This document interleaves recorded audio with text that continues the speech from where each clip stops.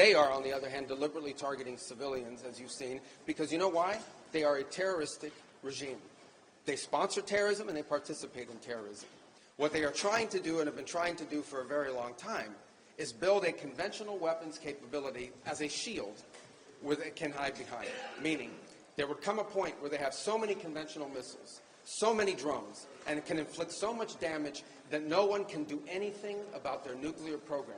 That is what they were trying to do, is put themselves in a place of immunity where the damage they can inflict on the region would be so high that no one can do anything about their nuclear program or their nuclear ambitions. And so the president made the very wise decision. We knew that there was going to be an Israeli action. We knew that that would precipitate an attack against American forces. And we knew that if we didn't preemptively go after them before they launched those attacks, we would suffer higher casualties and perhaps even higher those killed. And then we would all be here answering questions about why we knew that and didn't act. I don't understand what the confusion is. Let me explain it to you, and I'll do it once again as clearly as possible. Perhaps you'll report it that way. The United States is conducting an operation to eliminate the threat of Iran's short-range ballistic missiles and the threat posed by their Navy, particularly to naval assets. Why now? Well, there's two reasons why now. The first is it was abundantly clear that if Iran came under attack by anyone, the United States or Israel or anyone, they were going to respond and respond against the United States. The orders had been delegated down to the field commanders. It was automatic, and in fact it bared to be true because, in fact, within an hour of the initial attack on the leadership compound, the missile forces in the south and in the north, for that matter, had already been activated to launch. In fact, those had already been pre-positioned.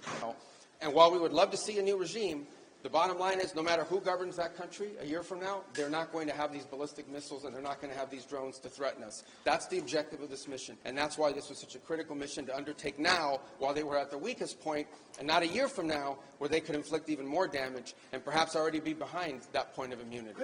We did. We notified Congress. I mean, we notified the Gang of Eight. We notified congressional leadership.